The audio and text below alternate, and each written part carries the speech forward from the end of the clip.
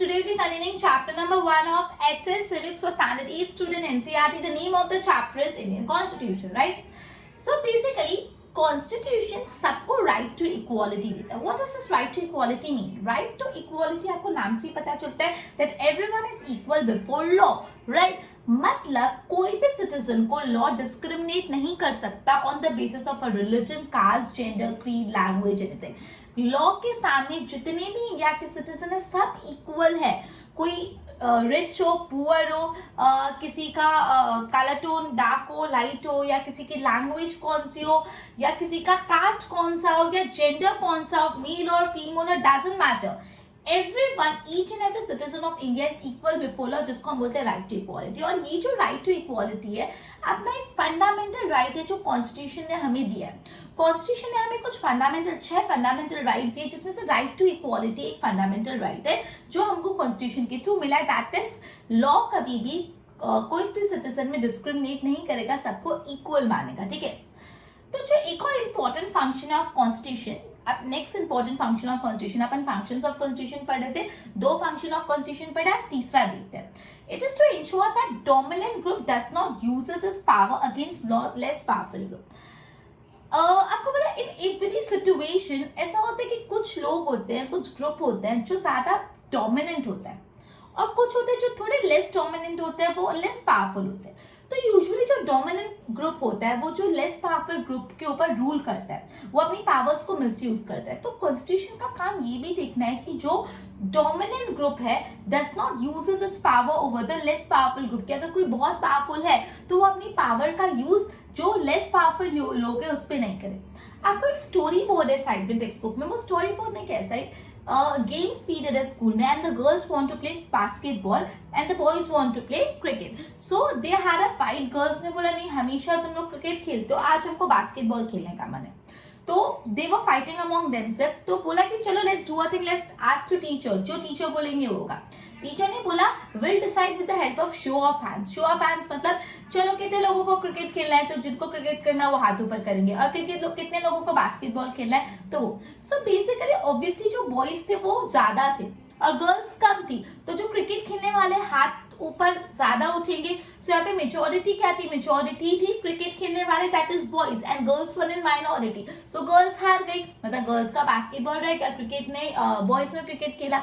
सो लड़कियों ने बोला टीचर को कोई और रास्ता निकालना चाहिए. शो ऑफ हैंड्स तो बहुत बायस है, because obviously boys are in majority, तो ज्यादा वोट्स तो क्रिकेट को ही मिलेंगे. जो teacher should thinks of another way, ये तो हमारे लिए बहुत बायस है. यहाँ पे girls were in minority and the boys were in majority, and because of this reason minority को अपना इंटरेस्ट, दैट इज जो बास्केटबॉल खेलने का मन था, वो गंवाना पड़ा, and majority always wins, right. Okay. तो इस टाइप की जो अनहेल्दी सिचुएशन है वो डेमोक्रेटिक कंट्रीज में भी होती रहती है. ठीक है. जहां पे मेजोरिटी अपने डिसीजन एनफोर्स कराता है that exclude minority and go against the interest. मतलब ये जो सच अनहेल्दी, इस टाइप की जो अनहेल्दी सिचुएशंस है वो डेमोक्रेटिक कंट्री में होती रहती है, जहाँ पे मेजोरिटी अपने डिसीजन को जबरदस्ती इन्फोर्स करवा देते हैं, और माइनॉरिटी के जो इंटरेस्ट है उनको मद्देनजर रखा ही नहीं जाता, माइनॉरिटी के इंटरेस्ट लॉस्ट हो जाते हैं. Clear.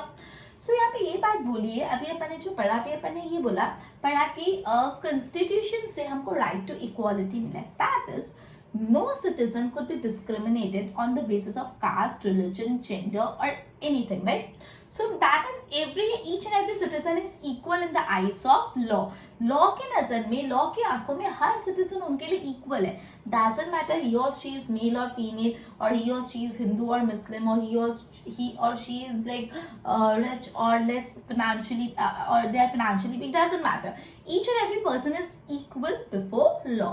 So this is known as right to equality, and basically this right to equality is a fundamental right that has been given to each and every citizen by constitution. Constitution ने fundamental right हर citizen को दिया है. अब अपन basically अभी functions of constitution पढ़े. जो तीसरा function अपन पढ़ने वाले कॉन्स्टिट्यूशन में ये ध्यान रखना, जो ज्यादा डोमिनेंट ग्रुप है वो लेस डोमिनेंट ग्रुप पे अपनी पावर्स थोपने दे, और लेस डोमिनेंट ग्रुप को उसका इफेक्ट नहीं आया, मतलब लेस डोमिनेंट ग्रुप को उसका असर नहीं करना पड़े. फिर एक स्टोरी बोर्ड से मैंने आपको समझाया कि पीटी पीरियड है, आई मीन ब्रेक पीरियड है, ओके, गेम्स पीरियड है, girls want to play basketball और लड़कों को क्रिकेट खेलना है. So girls told them, no, हर बार तो तुम्हारा ही होता है, now today we'll be going to play basketball. So they were having a fight. तो ultimately teacher के पास के teacher ने बोला let's decide with the help of show of hands. मतलब majority, जितने लोगों को बास्केटबॉल खेलना है वो हाथ ऊपर करो, जितनों को क्रिकेट वो हाथ ऊपर. तो girls were in minority and boys were in majority. तो ऑब्वियसली क्रिकेट के लिए हाथ ज्यादा होते हैं एंड क्रिकेट जीत गया, बास्केटबॉल हार गया. So girls were very upset and they thought the teacher should think some other way of this, because इसमें तो हम हमेशा माइनॉरिटी में रहेंगे और हमारा गेम तो कभी खेला ही नहीं जाएगा.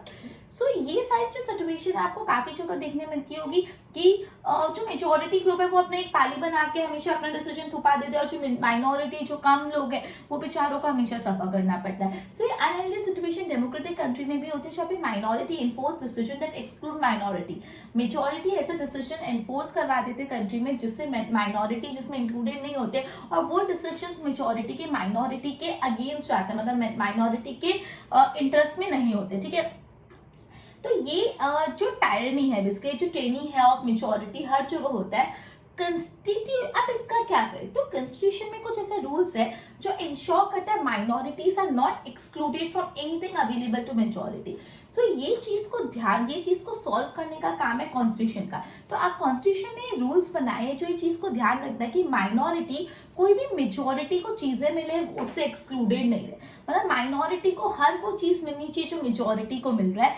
ये चीज का जो रूल्स है वो कॉन्स्टिट्यूशन में लिखे हुए. कॉन्स्टिट्यूशन इंश्योर करता है minority are not excluded from anything that is available to majority. कोई भी चीज जो मेजॉरिटी को अवेलेबल है वो माइनॉरिटी को मिलनी चाहिए. ठीक है, सो another reason why we have a constitution is to prevent the tyranny or domination by majority or minority.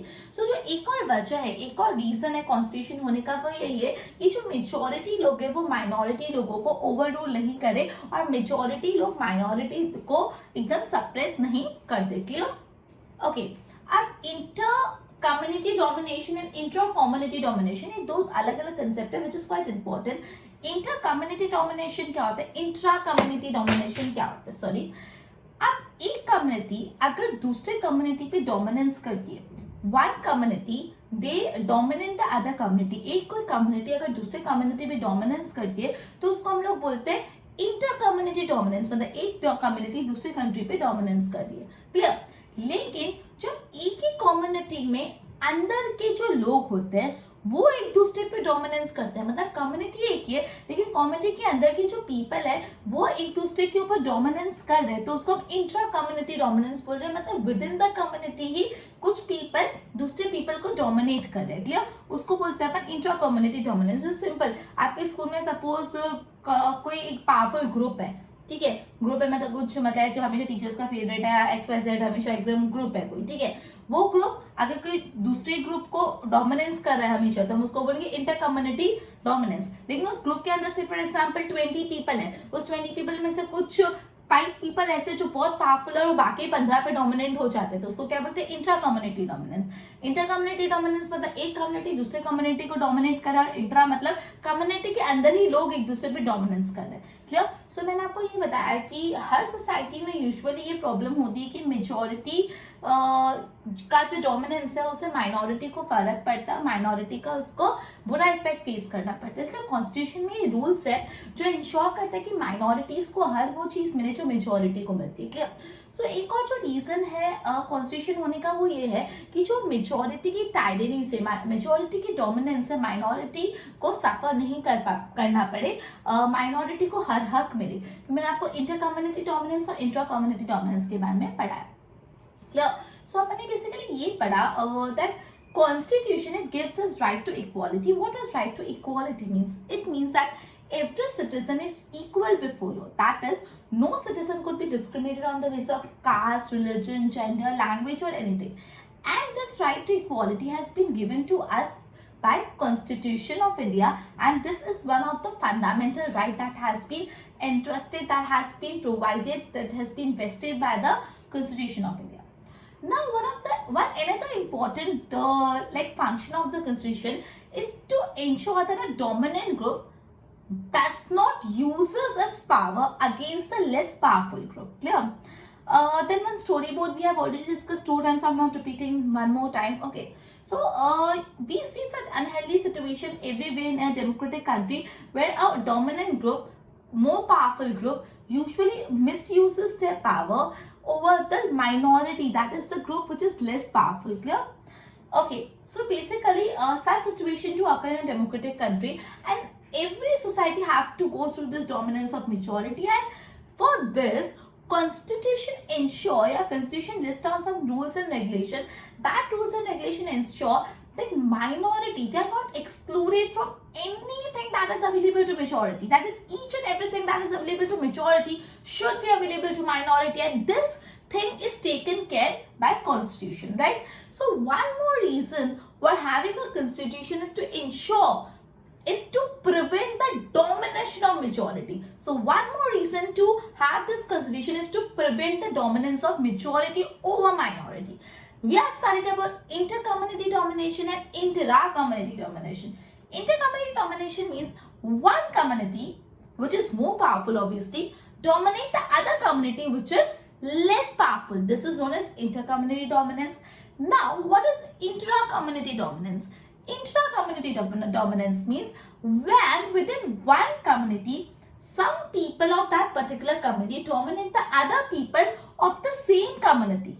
That is, within the same community, one group of people dominate the other. This is known as intra-community domination. Clear? Okay. So once I'll be I'll teach you through both the content that I have taught you right now. आप properly उसके notes बनाओ. You don't have to copy down the notes. आपको कैसे notes बनाने मैं बहुत बार बता चुकी. आपको जो मेरे lecture से समझ आ रहा, अपनी तरीके से notes बनाओ. You don't have to copy it from board. मैं board से go through इसलिए कराती हूँ. कुछ word या कुछ sentence miss out हो गया, so you could just refer it. You don't have to copy it, right? चलो, let's go. Okay.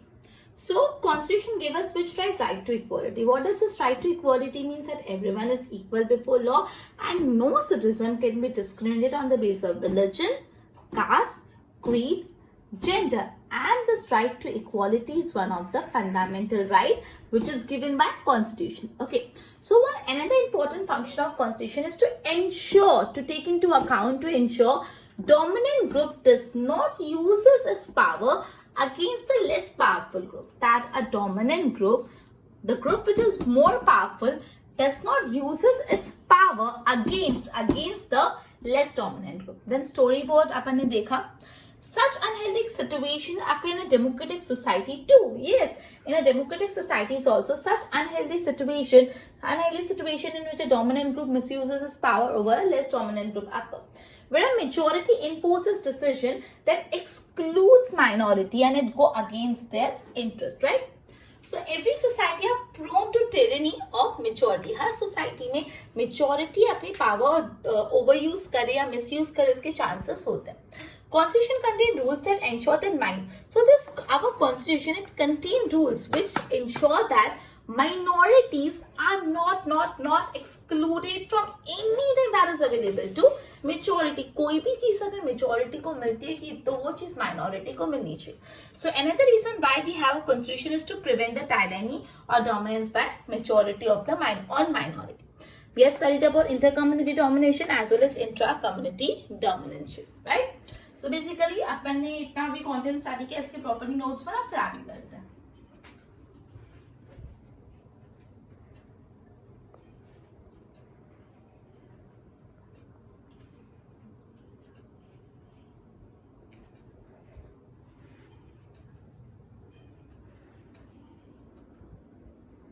Okay, so basically जो third reason था why do we need a constitution is to save us from ourselves. कैसा लगता है? खुद को खुद से बचाने के लिए.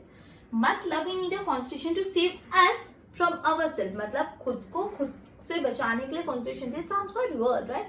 So how? तो कभी कभी ऐसा होता है we might feel strongly about an issue. कोई कैसा issue मौजूद था, हम उसके लिए बारे में कुछ strongly feel करते कि ऐसा ही होना चाहिए, ऐसा नहीं होना चाहिए. लेकिन ये जो बारे में हम कोई अपना opinion रख रही है, जो अपना feel है about that issue, it might turn against us in our larger interest. कि मतलब अभी हमको कोई चीज लग रही है यार ये तो बहुत खराब है, ऐसा होना चाहिए, लेकिन थोड़े टाइम बाद जाके हमको नहीं लगता यार वो चीज सही थी, ऐसा ही होना चाहिए, ऐसा नहीं होना चाहिए. So कभी कभी ऐसा सिचुएशन होता है we do feel strongly about a situation, लेकिन बाद में हमको जाके लार्ज इंटरेस्ट में पता चलता है कि वो चीज हम गलत सोच रहे थे. तो कॉन्स्टिट्यूशन अपन को इस चीज से बचाता है, इस चीज से गाइड करता है. ठीक है. एक स्टोरी बोर्ड है, वो स्टोरी बोर्ड में सिंपल से ऐसा है आपकी टेक्स्ट बुक में कि शबनम नाम की एक लड़की है, उसका कोई फेवरेट टेलीविजन प्रोग्राम आ रहा है, राइट, एंड उसकी कल स्कूल में टेस्ट भी है, सो शी इज कंफ्यूज कि टीवी देखेगी पढ़ाई करे, so she was sitting quite disturb. तो उसकी मदर ने पूछा व्हाट हैपेंड, तो उसने बताया कि मुझे कंफ्यूजन है कि मेरा फेवरेट टीवी प्रोग्राम आ रहा है लेकिन कल तो मेरा टेस्ट है। सो उन्होंने क्या डिसाइड किया, काम करते कोई नहीं टीवी देखता, अगर कोई भी टीवी देखेगा तो तेरा जी दुखेगा टीवी देखने के लिए, कोई टीवी प्रोग्राम नहीं देखा तो तू शांति से पढ़। तो उसने पढ़ा एंड नेक्स्ट डे व्हेन जो टेस्ट देने गई तो शी स्कोर्ड गुड, तो उसने सोचा अच्छा मैंने टीवी नहीं देखी। सो उस टाइम पे उसको क्या लगा कि टीवी देखना is a good option, obviously वो स्ट्रांगली फील करते I need to watch my favourite TV program. लेकिन लॉन्ग रन में क्या फायदेमंद हुआ, अगर उसे टीवी नहीं देखी तो वो उसके लिए लॉन्ग रन में फायदेमंद हुआ।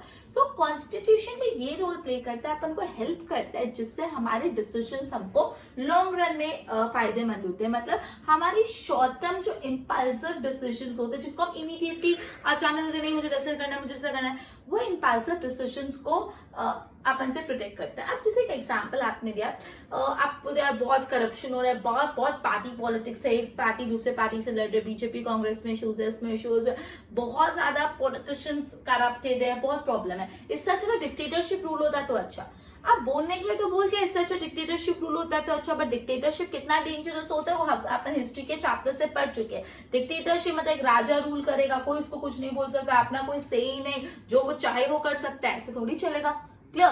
तो बट इमीडिएटली अपन को गुस्से में क्या लगता है, कितनी पार्टी पॉलिटिक्स है यार, कितनी हद तक पॉलिटिक्स बढ़ गई, पॉलिटिशियंस करप्ट हो गए हैं, एक पार्टी दूसरी पार्टी से लड़ती है, एक पार्टी दूसरी पार्टी को गलत प्रूफ करने के लिए कुछ भी कर सकती है, X Y Z, we think a lot of reasons. And ऐसे डिक्टेटरशिप होता है तो अच्छा, एक ही डिक्टेटर होता है वही रूल करता है, कोई लड़ाई झगड़े नहीं। बट ये जो अपना डिसीजन है, इज इट राइट, नो ना, so it is not right. So constitution हमको इससे बचाता है, क्योंकि एक अच्छा constitution does not allow whims to change its basic structure। एक अच्छा कॉन्स्टिट्यूशन कभी भी ये बातों से अपना स्ट्रक्चर नहीं बदलता, कॉन्स्टिट्यूशन कभी भी अपना स्ट्रक्चर किसी ने कुछ बोला उससे बदलता नहीं है, क्लियर। कॉन्स्टिट्यूशन का स्ट्रक्चर स्टेगनेंट और बहुत रॉक सॉलिड बना हुआ है, right. It does not allow easy overthrow of provision, मतलब आप कॉन्स्टिट्यूशन को कोई भी प्रोविजन ऐसे निकाल नहीं सकते। क्या 10 लोगों ने बोला कॉन्स्टिट्यूशन का ये प्रोविजन गलत है तो कॉन्स्टिट्यूशन से वो प्रोविजन हटा दे, no, it's not possible. Constitution में जो लिखा है वो बहुत ही इंपॉर्टेंट है, उसके प्रोविजंस को ओवरथ्रो करना it is not easy, right. Okay, so basically अपन ने ये पढ़ा, जो तीसरा रीजन है why do we need a constitution is to protect us from ourselves, हमको खुद से बचाने के लिए। कैसे? कभी कभी we feel strongly about an issue, हमको लगता है ये चीज ऐसी होनी चाहिए नहीं होनी चाहिए, हमको अपना डिसीजन सही लगता है, लेकिन लार्जर इंटरेस्ट में थोड़े टाइम जाके अपन को पता चलता है कि वो जो अपन ने डिसीजन लिया दैट वाज नॉट राइट। तो कंसिडरेशन अपन को ऐसे डिसीजन लेने से गार्ड करता है, मदद करता है। एक स्टोरी बोर्ड मैंने आपको बताया कि शबनम उसको कंफ्यूजन था कि वो टीवी प्रोग्राम देखे उसका फेवरेट या स्कूल टेस्ट के लिए प्रिपेयर करे। सो एट दैट टाइम उसके लिए जो सबसे टेम्पटिंग डिसीजन था वो टीवी प्रोग्राम देखना था, बिकॉज उसका फेवरेट टीवी प्रोग्राम था। वो कंफ्यूज थी, तो उसकी मदर ने पूछा व्हाट हैपेंड, तो उसने बताया कि मेरे को ये डिलेमा है कि मैं क्या करूं। तो दे डिसाइडेड कि तू पढ़ाई करे, no one would watch that particular TV program, जिससे तुझे भी प्रॉब्लम नहीं होगी। सो उसने पढ़ाई की। Next day when she attended the school and attended the test and she scored good and she felt happy कि अच्छा हो मैंने टीवी नहीं देखा। लेकिन उस टाइम पे अगर वो इम्पल्सिव डिसीजन लेके टीवी प्रोग्राम देख लेती है, ऑब्वियसली उसके बाद तो पढ़ नहीं पाती और एग्जाम में कम मार्क आते हैं, तब लार्जर इंटरेस्ट में लॉन्ग रन में उसको तकलीफ होती। So constitution protect us from our decision, constitution हमको हमारे इम्पल्सिव डिसीजन से प्रोटेक्ट करता है। मैंने आपको एग्जाम्पल बताया कि यूजुअली से कि बहुत पार्टी पॉलिटिक्स बढ़ रही है, पार्टीज जो है, जो गवर्नमेंट की पार्टीज है वो एक दूसरे से लड़ती रहती है, इतना पॉलिटिक्स है, इससे अच्छा तो डिक्टेटरशिप होता तो अच्छा। सो ये अपना इम्पल्सिव डिसीजन है, but it is not good. Dictatorship बहुत डेंजरस होता है, it is very very harsh, right. So एक अच्छा कॉन्स्टिट्यूशन कभी भी अपना बेसिक स्ट्रक्चर कोई विम्स या कोई अफवाह या कोई बातों की वजह से नहीं बदलता। कॉन्स्टिट्यूशन में से कोई भी प्रोविजन को ओवरथ्रो करना is very difficult, because constitution में जो लिखा गया है वो बहुत सोच समझ के, बहुत एक्सपीरियंस्ड एंड बहुत दिग्गज लोगों ने लिखा गया है, ठीक है। अब अपन पढ़ने वाले इंडियन कॉन्स्टिट्यूशन, उसके की फीचर्स के बारे में। अब बेसिकली जैसे 20th सेंचुरी चालू हुआ तब से Indian national movements constantly engage in a struggle to obtain independence from Britisher. जब से 20th सेंचुरी चालू हुआ तब से इंडियन नेशनल मूवमेंट कंस्टेंटली यही स्ट्रगल कर रहा है, कैसे भी करके इंडिया को ब्रिटिशर्स से आजादी मिल जाए, ठीक है।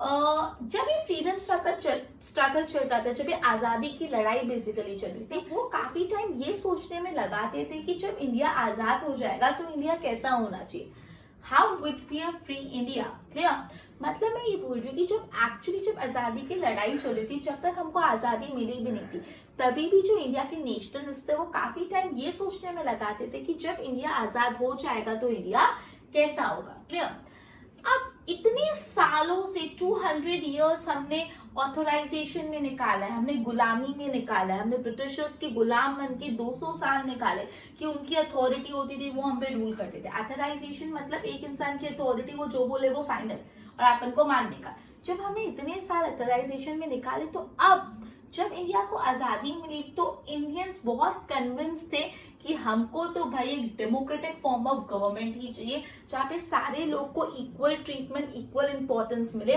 और गवर्नमेंट को सारे लोग मिलके इलेक्ट करें, क्योंकि अब हमको एक राजा जो सबको रूल करे वो वाला कंसेप्ट नहीं चाहिए। क्लियर, क्योंकि इतने साल, जब 200 साल किसी ने ऑथराइजेशन, डिक्टेटरशिप या तो अपन बोल सकते हैं किसी के इतने स्लेव बन के रहे, सो अब दैट ऑब्वियसली इंडियंस वांट कि अब हमको डेमोक्रेसी चाहिए। वी डोंट वांट कि एक राजा, उसका बेटा राजा, फिर वही रूल करते रहे और वो अपनी अथॉरिटी इतनी बढ़ा देगी जो पीपल उनका कोई से नहीं रहा और वो वैसे ही सफर करे जैसे ब्रिटिशर्स के टाइम किया। दे वर क्वाइट कन्विंस कि उनको आप एक रिपब्लिक, एक डेमोक्रेटिक फॉर्म ऑफ गवर्नमेंट चाहिए, जहां पे गवर्नमेंट को, अपने लीडर्स को हम सब मिलके चुनेंगे। क्लियर, ठीक है। सो ये चीज को ध्यान रखें, कॉन्स्टिट्यूशन असेंबली बनी थी, उस कॉन्स्टिट्यूशन असेंबली में अराउंड 300 लोग थे, उस कॉन्स्टिट्यूशन असेंबली में अराउंड 300 पीपल थे। Constitution assembly in the year 1946 बनी थी। क्लियर, ये कॉन्स्टिट्यूशन असेंबली 3 साल तक हर थोड़े टाइम में मिलती थी और पूरे कॉन्स्टिट्यूशन को ड्राफ्ट करती थी, कॉन्स्टिट्यूशन बनाती थी। कॉन्स्टिट्यूशन बनाना बहुत ही मुश्किल काम था। क्यों मुश्किल काम था? क्योंकि अपनी कंट्री में अलग अलग लैंग्वेज, अलग अलग कम्युनिटी, अलग अलग कल्चर के लोग रहते हैं। तो जब कॉन्स्टिट्यूशन बना रहे तो ये सारी कम्युनिटी, कल्चर, लैंग्वेज के इंटरेस्ट को ध्यान में रख के बनाना पड़ेगा। उसके बाद जब बेसिकली कॉन्स्टिट्यूशन बनाया था तो इंडिया में बहुत टर्माइल चल रहा था। आपको पता है इंडिया पाकिस्तान का पार्टीशन हो रहा था, इंडिया और पाकिस्तान अलग हो रहे थे। उस टाइम पे बहुत ज्यादा पॉलिटिकल सिनेरियो बिगड़ गया था। ये जो काफी इमोशनल मूवमेंट्स भी थे इंडिया पाकिस्तान के अलग होने का टाइम, काफी पॉलिटिकल इश्यूज भी आए थे इस टाइम पे। और जो प्रिंसली स्टेट्स थे, जो राजा के रूल करने वाले किंगडम थे, वो डिसाइड नहीं कर पा रहे थे कि उनको इंडिया में जाना है कि उनको पाकिस्तान में जाना है। तो बेसिकली जब ये कॉन्स्टिट्यूशन बन रहा था तो कॉन्स्टिट्यूशन असेंबली के लोगों को बहुत मुश्किल हुई थी and they need to put a lot of effort, क्योंकि उस टाइम पे कंट्री एक स्टेबिलिटी स्टेज पे नहीं थी। उस टाइम पे कंट्री में बहुत अप्स एंड डाउन्स, बहुत टर्माइल्स, बहुत प्रॉब्लम्स आ रहे थे। पहला मैंने आपको बताया इंडिया पाकिस्तान का पार्टीशन में, that was a tough situation itself, political issues and other issues, right. And at that time जो प्रिंसली स्टेट्स है वो डिसाइड नहीं कर पा रहे थे कि they would go with India और they would go with Pakistan. पहले तो सब एक था, अब जब दीवार कर दी, पार्टीशन कर दी, तो कौन किधर जाएगा वो डिसाइड करना was quite difficult। सबको कन्विंस करना कि आप इंडिया में आ जाओ, that was to a task. जो कॉन्स्टिट्यूशन असेंबली, उनको एक ऐसा कॉन्स्टिट्यूशन ड्राफ्ट करना था जो अपनी इंडिया का सोशल इकोनॉमिक सिनेरियो चेंज करे, पॉवर्टी निकाले और सबके हित में हो, सबके फायदे में हो। क्लियर। सो इंडियन कॉन्स्टिट्यूशन, उसके की फीचर्स में अपन ने ये पढ़ा, 20th सेंचुरी के बिगनिंग से इंडियन नेशनल मूवमेंट्स कॉन्स्टेंटली ये चाह रहे हैं कि हम कैसे भी करके ब्रिटिशर्स से इंडिया को फ्रीडम मिला है। जब इंडिया का फ्रीडम स्ट्रगल चल रहा था, आजादी की लड़ाई चल रही थी, उस टाइम पे भी जो इंडिया के नेशनलिस्ट है वो यही सोचते थे, बहुत समय इन्वेस्ट करते थे कि इंडिपेंडेंट फ्री इंडिया कैसा होगा। मैंने आपको बताया 200 साल तक समझो ना कोई अथॉराइजेशन में रहा है, कोई ब्रिटिशर्स की अथॉरिटी में रहा है, तो क्या वो चाहेंगे कि जब हम फ्री हो जाए तो भी हम अथॉरिटी में रहे? नो, उनको एक चाहिए था अब हमको एक डेमोक्रेटिक फॉर्म ऑफ गवर्नमेंट चाहिए जिसके लीडर्स हम खुद चुनेंगे। क्लियर। तो इससे कॉन्स्टिट्यूशन असेंबली बनाई गई जिसमें 300 से ज्यादा लोग थे। ये कॉन्स्टिट्यूशन असेंबली 1946 में बनी और 3 साल तक कॉन्स्टिट्यूशन असेंबली के लोगों ने बहुत रेगुलर मीटिंग की और अपना कॉन्स्टिट्यूशन ड्राफ्ट किया। लेकिन ये कॉन्स्टिट्यूशन ड्राफ्ट करना कोई इजी काम नहीं था, बहुत ही मुश्किल था, क्योंकि जब ये कॉन्स्टिट्यूशन बन रहा था तो इंडिया में बहुत ज्यादा टर्माइल तकलीफें चल रही थी। इंडिया पाकिस्तान का पार्टीशन, उसके बाद अलग अलग लैंग्वेज, अलग अलग कल्चर, रिलीजन के लोग, उसके बाद जो प्रिंसली स्टेट थे they were not able to decide कि उनको इंडिया में जाना है कि पाकिस्तान में कि इंडिपेंडेंट रहना है। सो बहुत सारे सर्कमस्टांसेस, इतना सारा टर्माइल सिचुएशन था। तो उस टाइम पे बेसिकली इंडियन कॉन्स्टिट्यूशन का यही मकसद था, कैसे भी करके एक ऐसा कॉन्स्टिट्यूशन बनाए जो लोगों की सोशल इकोनॉमिक प्रॉब्लम दूर करे, पॉवर्टी दूर करे. Clear? So basically we have studied that third reason why do we need a constitution is to protect us from outside. Like how it sounds like weird. Like sometimes we feel strongly about a certain point, but later on we realize that what we thought earlier was wrong. Our decision that was taken on the basis of short-term judgment was wrong in long term. Constitution protects us from our such decision. We have studied about a storyboard in which there was a girl Shabana, and we have studied about the storyboard earlier, and I've already repeated it 2 times, right? So basically, Constitution protects us from such impulsive decision. Like for example, many times we feel that there is a lot of party politics in basically our government, and one party fights with another. It's better we have a dictatorship rule. Now it is very easy to say that we have a dictatorship rule, but a dictatorship rule is very difficult, very harsh. Dictatorship rule is not as good as we think, right? So basically this decision is wrong. So basically a good constitution is a constitution that does not changes its structure on the basis of such whims, right? Basically it is very much difficult to overthrow a provision from a constitution, because the provision of constitution have been made after a lot of discussions and a lot of research, right? So now we are studying what is Indian constitution and its key feature. So we have studied that from the beginning of 20th century, Indian national movement, they were engaged in the freedom struggle, and at the time of freedom struggle also the nationalists of India were investing a large amount of time in thinking how a free India would be. Like India has experienced the authorization from last 200 years. So obviously now India want a democratic form of government in which leaders are elected by the people and each and every person is treated equally, right? So for all this, Constitution Assembly was formed with 300 and more members in the year 1946, and for constantly 3 years this Indian Constitution Assembly met very periodically, right? And they discussed about the issues and they drafted a constitution. It was a huge task to draft a constitution for independent India, as the country, independent India, was having different religion, people of different religion, different caste, different culture, different languages. It was very difficult to integrate all of them into form a single constitution. Then at the time there was a part, we were suffering a very tough situation of partition of India and Pakistan. And there were princely states that were undecisive whether to join India, whether to join Pakistan or to remain independent. So amidst of all this turmoil, the Constitution Assembly had a huge task to frame a constitution of independent India, right? The constitution aims at removing the poverty from India and solving the social economic problems. Clear? Okay, so by both पे ध्यान दो. So third reason why do we need a constitution is to save us from ourselves. Sometimes we might feel strongly about an issue that might be against our larger interest. मतलब हमको कोई चीज ऐसी लगती है जो अपने को बाद में गैर फायदेमंद हो जाए. Constitution guard us from against this. Constitution इस सब चीजों से हमको बताता है. Story board अपन ने करा. It protects us from our decision. Example, party politics we need to dictatorship. Party politics बहुत ज्यादा होगी इसलिए भाई हमको तो dictatorship चाहिए.